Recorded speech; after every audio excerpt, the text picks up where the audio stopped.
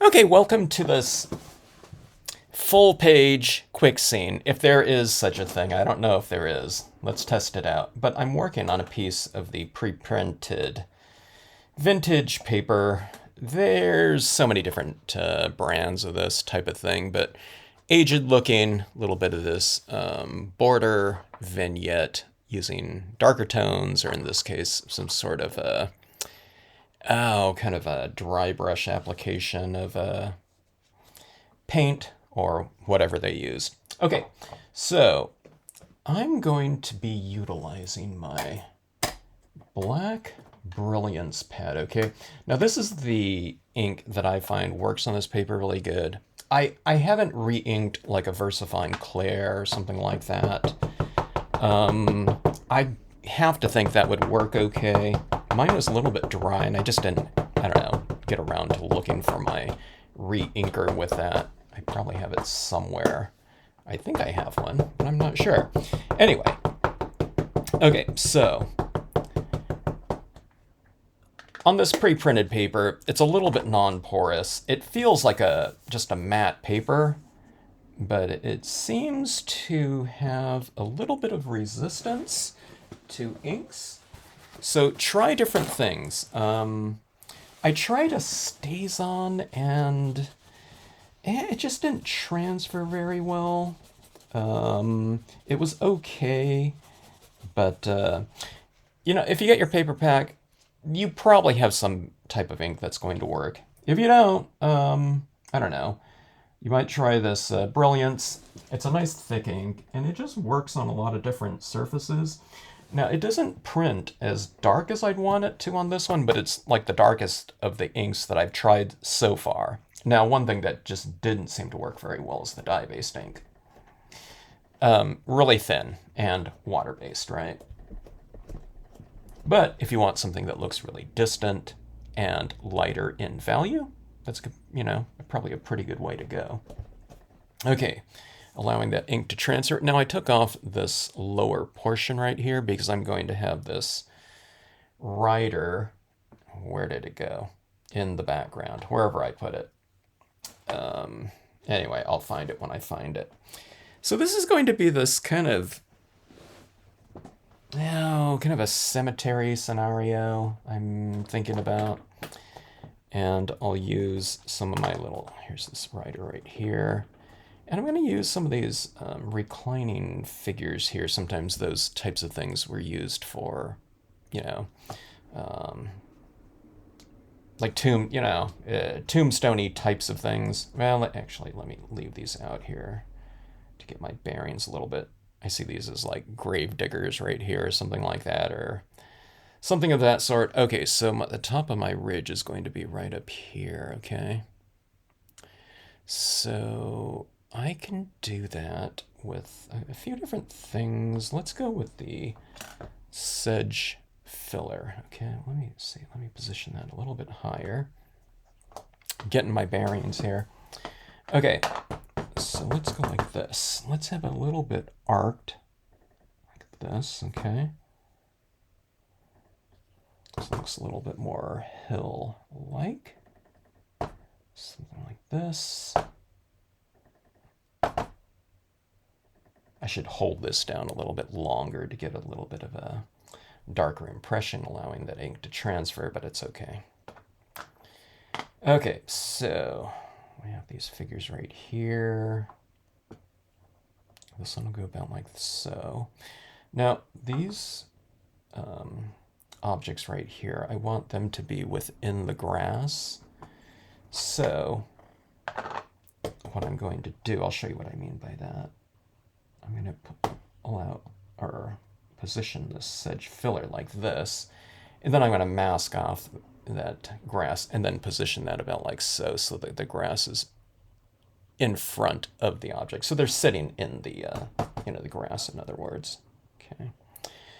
And then let's apply this. I'm seeing if I have my larger grass texture. Oh, I thought I just used it at some time pretty recently. Let's just use the sedge filler.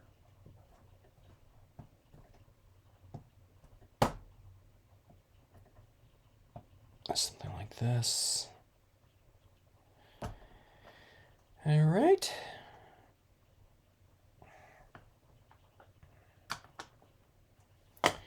Let's see. Let's go ahead and stamp these figures now.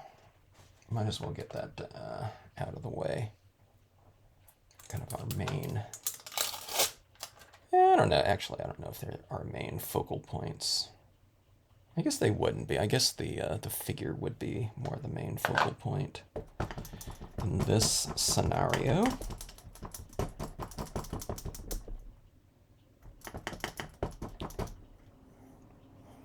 Oh yeah.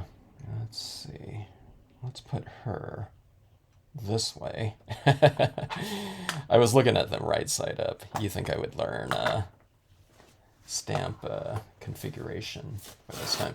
Although, I do have a left and right side of these. Yeah, like I said, let's just make this really quick. She's a little bit larger. I don't know. Maybe it was a richer, you know, family. They bought a larger kind of a tombstone type of thing. Or marker, grave marker, whatever. All right, I'm allowing this ink to transfer a good deal. Time right there. Okay, I didn't push down right there enough. No big deal. This is going to be kind of a darker scenario.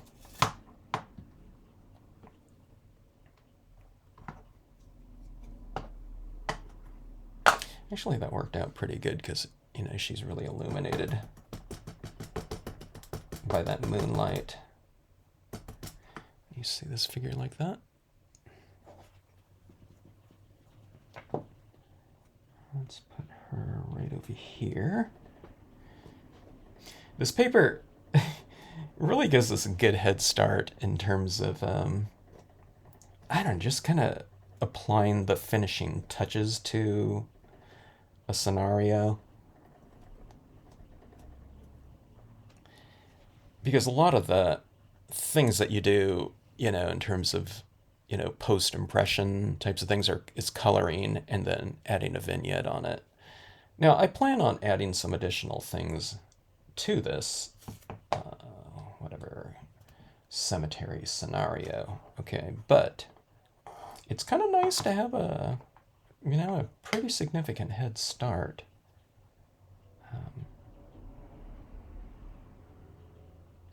It's going to have these hands kind of coming out of the ground like this. So let's do some more grass down here. When I do these kind of haunted-ish scenarios, I kind of throw out, well, I don't know if I'm throwing out, but I don't emphasize perspective quite as much, okay? Because I have all these stamps in, you know, different scale. There are a bunch of my stamps from, you know, kind of my private collection of stamps I bought, you know, in years past, mostly. And they're not Stampscape stamps, so they're not, you know, everything's not all designed to scale. They're individual designs, just, you know, to be stamped out, not to be stamped out with their sibling designs. You know, they weren't designed that way. So you can use them, you know, with scale in mind. But it's kind of like nice not to have to think about that. Where would this go? I don't really, you know, at this point in time, I don't really think about it long and hard. But maybe it's nice to have the rules, you know what I mean, just completely, I don't know, whatever, removed from, you know, a given scenario in terms of where you can use something. You know what I mean? I mean, you know, would you have another moon or a sun down here? You could, you know, instead of just having it up in the sky, you can do these little kind of vignettes or something like that within the scene. You know, you can have a different scene over here, a different scene down here, and they're just kind of all integrated together, like a collage, I guess you can say, instead of, you know, single vantage point types of you know, kind of notions. All right. A different eyeball on each side? That'd be kind of interesting. I have this little creature right here. It's really fun. Edward Gorey, if you know who that artist is or was. Like that up on the hill. And I have this one right here. I have a little bit of space right here. I wanted to put in some larger reeds in here. But I can have this as like a foreground looking scenario. Have some reeds or something like that. Just bushes coming up right in here. Like that. Let's go a little bit lower with this one. I do want it in there though. I have to think that this is like a gorilla hand or something like that from an old 19th century engraving. I often use old 19th century engravings in my pieces because when you stamp with something, you know, basically what you're doing is you're inheriting the skill level of, you know, whoever rendered that given design. So those old engravers were really the masters at line art and I don't know, whatever, you know, precision, detailed, scientific rendering. So, you know, when you're stamping with that, you have the skill of the person that did it, because that's what rubber stamping is all about, is replication of that scenario. So you stamp with my stuff, you know, you have whatever years of you know, rendering practice that I've done. Okay, that's looking pretty good. I guess I am kind of working on scale a little bit. I put this larger hand lower than the smaller ones. Okay. Let's see. We have this snail. Too much? We have something that we need to put through here. Otherwise, it's going like this with that kind of patterning. I think which looks pretty good though. Do we add in the foreground now? Let's go ahead and add this in this figure. This figure is going to be one of the funnest things about this piece, in that I'm going to do it without a head. My lady writer. I've turned it into kind of a,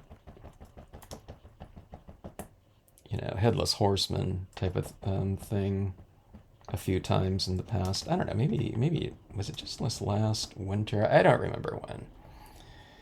But you can take any kind of figure and just do it without a head, and suddenly you take it from whatever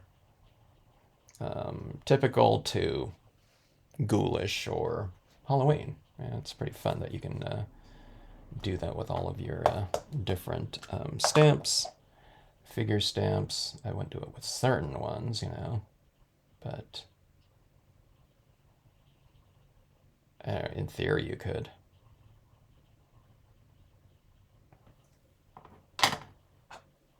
Like you know, I don't know if I'd take like a, you know, like a Mickey Mouse stamp and, you know, stamp him without his head. Something like that, you know, for a, you know, Disney, you know, Halloween.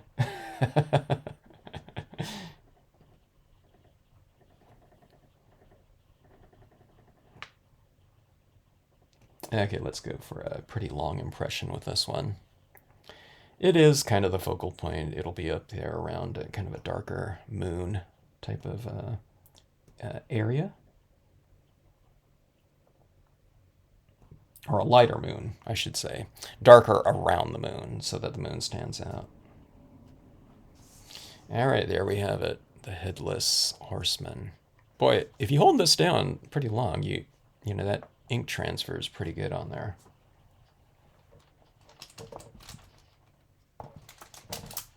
Okay, let's get some additional cloud forms in here. And we'll do that. And that'll be provided by the cloud cumulus.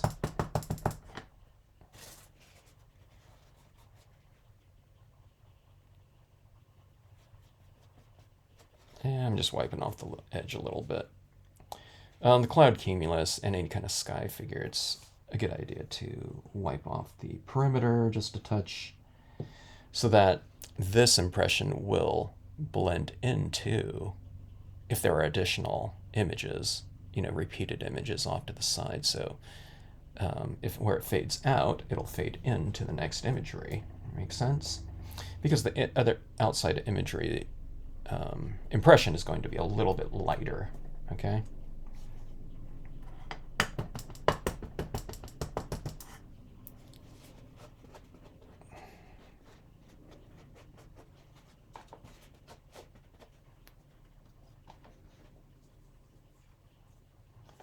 Masking off my hillside a touch.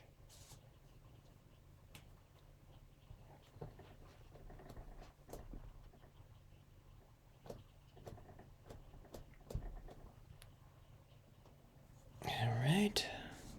Giving my clouds kind of ominous, kind of stormy look to it.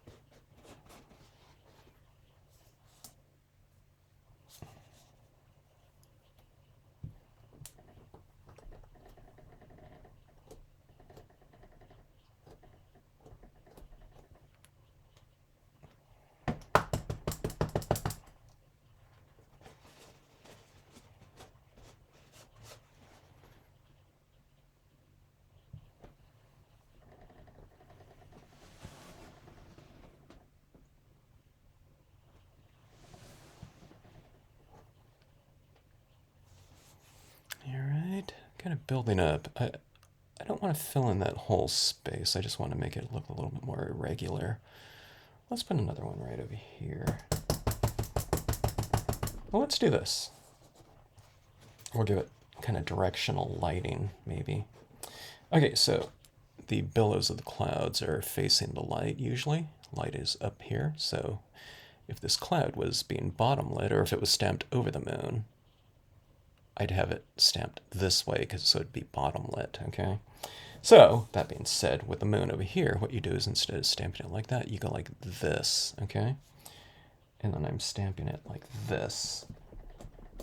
I don't want to go like full 90 degrees, but you can go, pretty close to it. So you see that? Now that light is coming from over here now. If I wanted to do this, you can do this even. Let's see what this is looking like. Yeah, now that I'm doing that looks pretty good, I think. Let's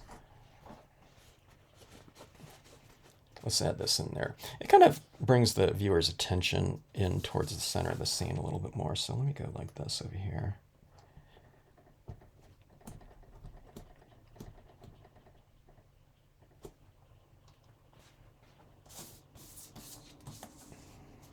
Kind of a cool scenario up there in that sky. This is all going to get darkened in, though.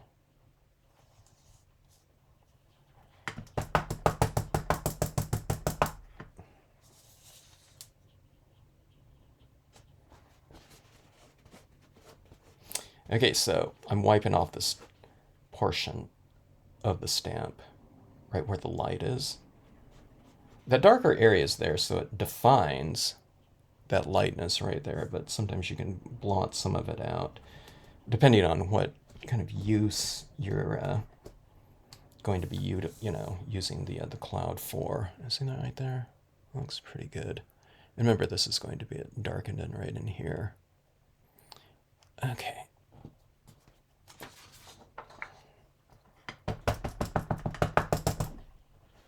As you might have figured out, I don't have a super definitive plan here. I'm not planning out many steps in advance, but I'm just kind of seeing what the card is looking like, what it's giving me, and I'm just kind of reacting accordingly. In other words, where these clouds are, I'm just seeing how much space is available in there for the imagery and for what I'm kind of going after. All right. That is enough of the cloud. I have this little deer figure. This is kind of cool. This deer isn't, like a spooky image or anything like that, but if you do it with these kind of, creatures, woodland creatures with glowing eyes, they tend to look a little bit spooky. Maybe I'll do that in here. Let's try that.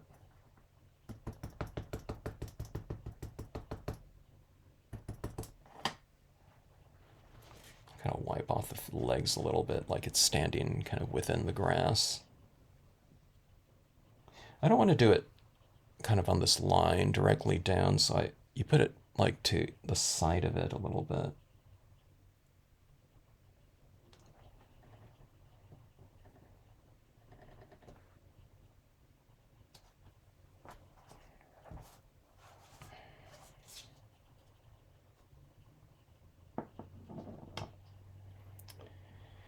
Okay, and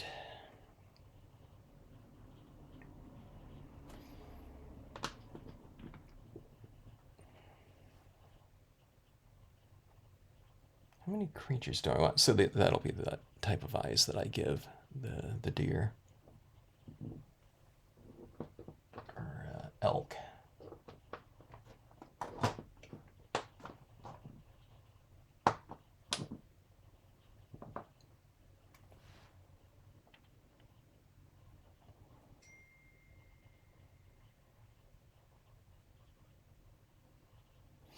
I want a little bit of a change of textures within here, so I might use some like boulders with lichen small.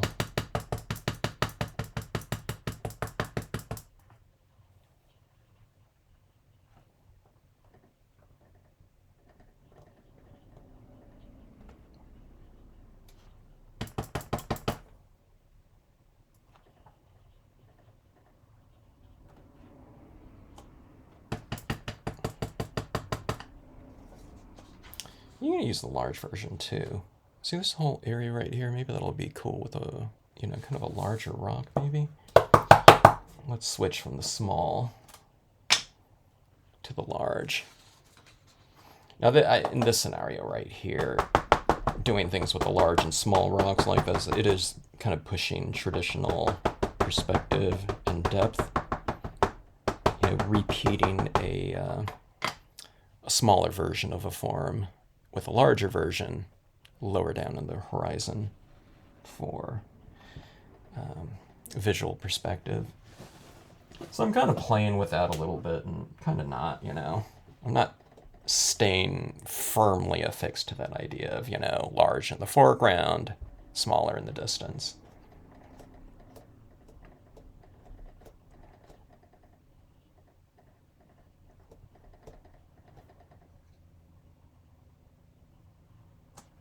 Okay, you see how that looks down there? Look at how it blends in. It was just that, that vintage paper doing the work. All right, so we need some additional texturing in here. Let's go with a couple different textures. I'm going to go with the pebbles here.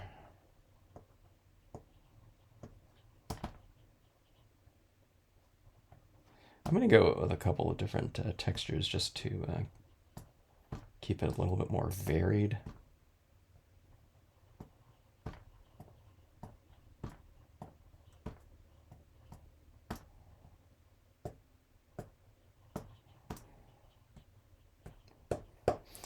This is almost kind of acting as like a little bit of a toning tool too. So I'm not staying anywhere too long to give it a really great impression.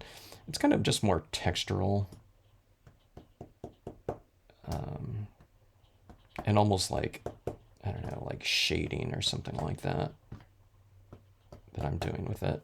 I'm doing it a little bit more now that I'm talking about it and thinking about it, but now let's go with the more solid tiny rock small, okay?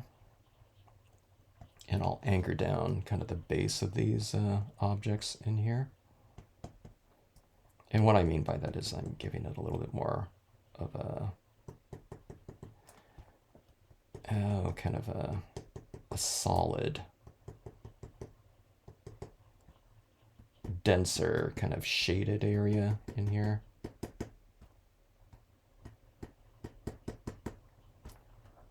Okay, you can even have it down here in the grass. It looks good. See it right at the base of that rock and right down here. You started tapping it a little bit over here, and by the time you get over here, it's drier, so it tapers from dark to light, transitions from dark to light. A little bit around this deer, like that. And these characters here,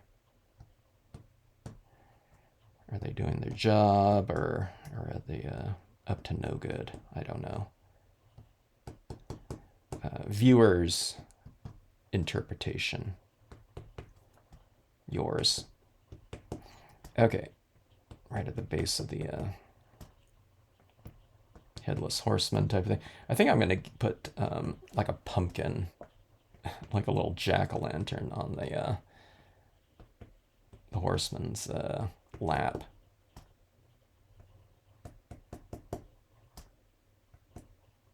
And I'll do it like in a little orange or something like that, or red, reddish orange, eh?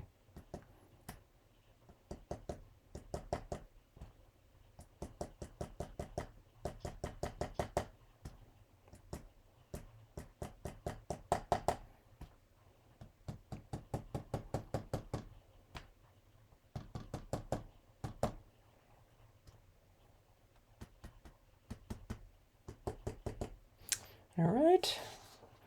So that right there, kind of things are anchored down in the scene a little bit more. Now I have those rocks in there. It seems like a perfect place to maybe position this little character. No. Yeah, it's like its favorite little vantage point or something like that. Why not?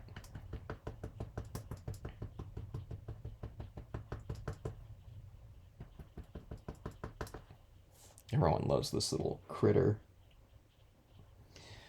It's my favorite stamp out of that set that it was in. It was this little cheap set that I bought at like a Borders or Barnes and Noble bookstore. It was out, out in that front kind of area, gift section or whatever. I should have bought more of them, but I wasn't thinking about it. All right, there we go. A little kind of weird creature in there. It'll have glowing eyes too. Okay, so we're almost, man, this is like pretty insane where I'm thinking about almost being done here. On such a large piece, that is. Okay, so I'm going with the Art Foamies version of this Reeds Large here, okay? Or the Reeds stamp. I think they just called it Reeds on the Art Foamies website. So a little bit larger image. You can use the smaller one if you want to, or, Reeds Large there. This one's a little bit larger, okay?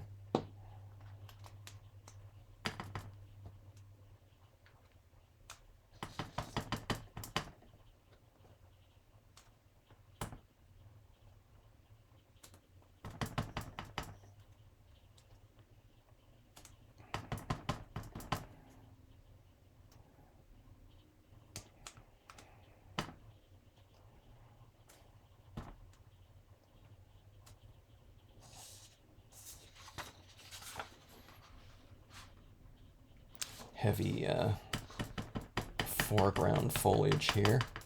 Maybe it's kind of protecting us from the scenario a little bit. Something for the viewer to kind of hide behind. and us being, us, we're the viewer.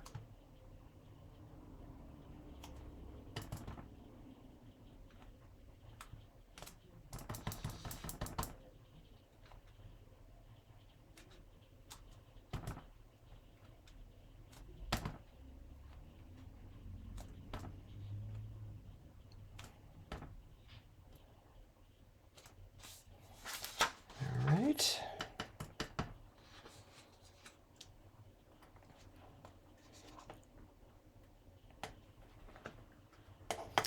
Now I think I'll follow suit with some kind of smaller versions of that as we go up here. All right, coming along nicely. Let's take a look and see what other types of elements we can use in here. This tree, there might not be room for this tree anymore, although I really wanted to use that one. Definitely the smaller tree. The leafless limbs, small. Although this is getting kind of dark up here. I don't know if it's going to show up too well, but let's get something on this horizon just to differentiate it from the sky a little bit more.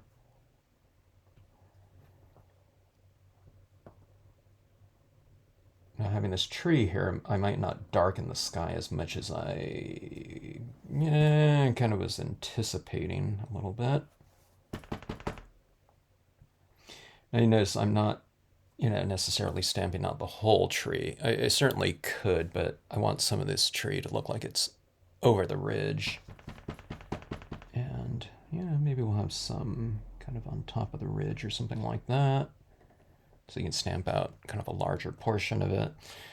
All Stampscapes designs have been designed with partials in mind. So I see a stamp as a whole, but then I also design each individual element or each individual part of it with the notion that it will be used that way, or might be used that way, could be used that way. And it'll look natural,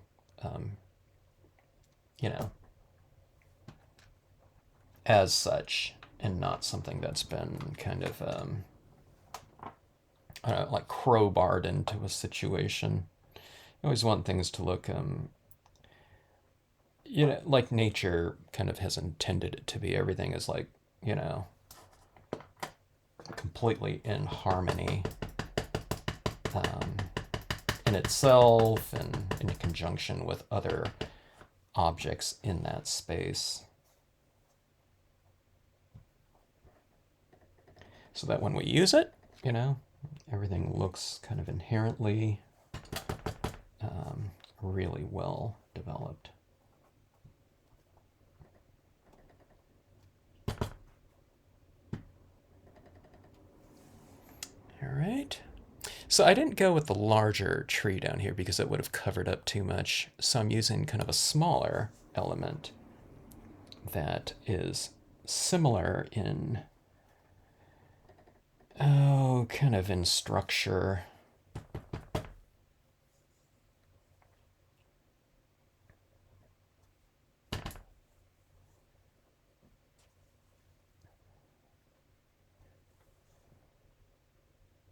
This one is called the Winter Brush.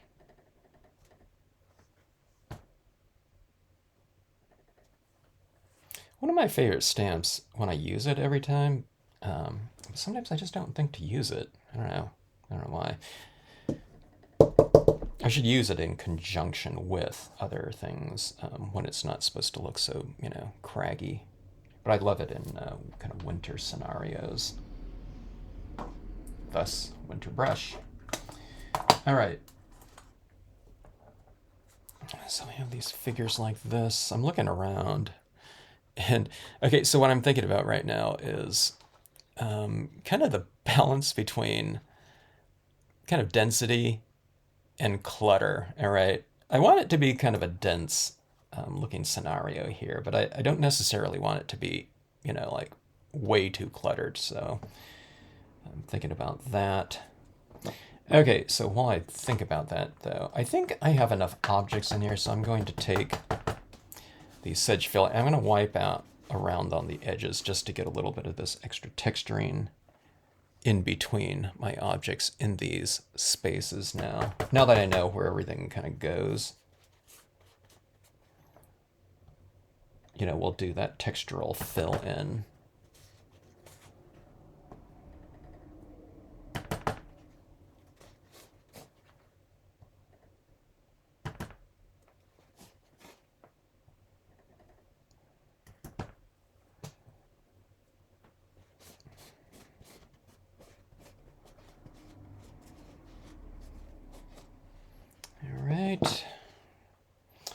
I might do the coloring of this, or I guess the shading. It's not really going to be too much color in here. I might do the coloring of this live here. We'll see if anyone's around that wants to take a look at this scenario here.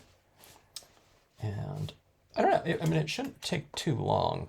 You know, I want to put that pumpkin up there and some glowing eyes, but highlighting. But other than that, you know, I think we're pretty well underway with this piece and that shading. Other things can come to mind that I just not thinking about right now. But I think for the most part, I think it's looking pretty good. I do have this overhanging branch called Spooky Branch that I think would look pretty cool in here, though. I might add that in here as well before I go live. Let me go look for that branch. Okay, we have this overhanging branch like this. I think that'll be perfect for this scenario.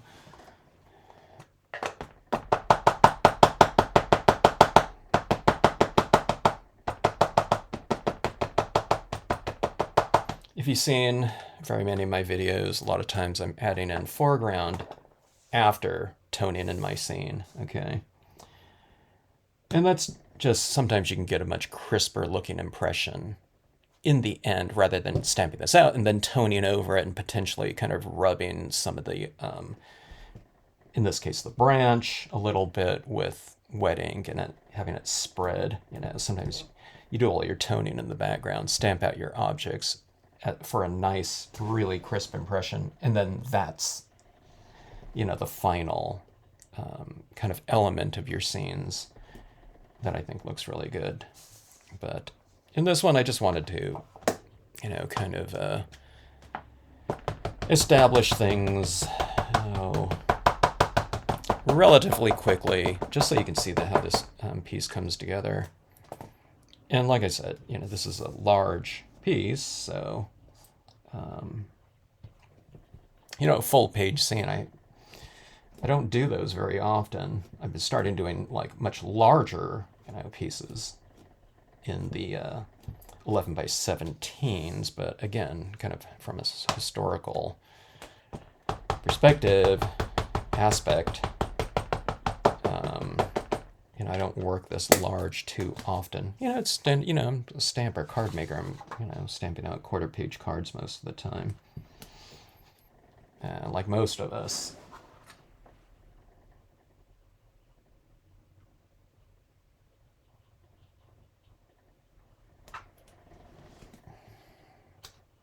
All right, so we have that right there.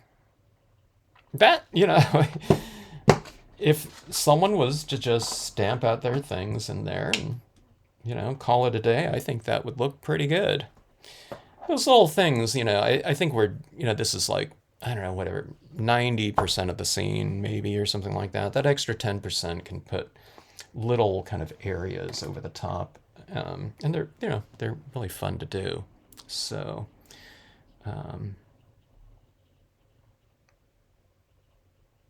you can think about doing something like that. And you can decide if you want to after you see kind of the final results of this piece. So you can say, hey, was it worth it or not? Okay, so thanks so much for watching this step one of this process right here. Pretty fun to do. And again, just get the a type of ink that's going to print on top of that vintage paper if you so choose to use it. You don't have the vintage paper, but if you have like a paper bag looking one or just a beige tone, that'll work pretty good. I think. You can kind of age your piece a little bit, getting some of that textural forms in there. Maybe you crumple up like a paper towel like this, so it's kind of textural like this, and then you dab it into your ink pad, and then you go around like this. It's going to look really weird until you incorporate it into the scene. But use more than one color if you're going to do that. Use some beiges and some distressings like that. Or those types of colors, and then come with your darker tone kind of around the edge like that. And I think you should be able to get, kind of a decent looking aged piece. But don't worry about it too much about how that looks. Like if you don't get it perfect, because remember, you're going to stamp all the imagery over the top of it anyway, and then that pushes, that background texturing way into the background. Okay, thanks again for watching. If you have any questions, drop me a note in the comment section. Thanks so much for tuning into the Stampscapes channel.